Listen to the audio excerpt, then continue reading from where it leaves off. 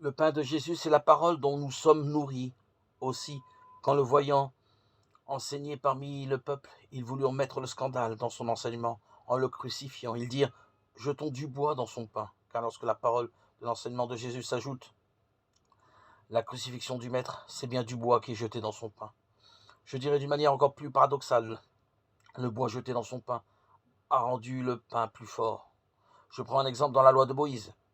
Le bois jeté dans l'eau amère l'a rendu douce, Exode 15, 25. De même, le bois de la passion de Jésus-Christ, en entrant dans sa parole, a rendu son pain plus doux. De fait, avant que le bois n'entre dans son pain, lorsqu'il y avait seulement du pain, et qu'il n'y avait pas de bois dans son enseignement, sa voix ne portait pas sur la terre entière. Psaume 18, 5. Mais après que le pain eut reçu de la puissance par le bois jeté en lui, alors la parole de son enseignement a pris possession de toute la terre habitée. Le bois d'autrefois était un symbole de la passion de Jésus par laquelle l'eau amère devient douce.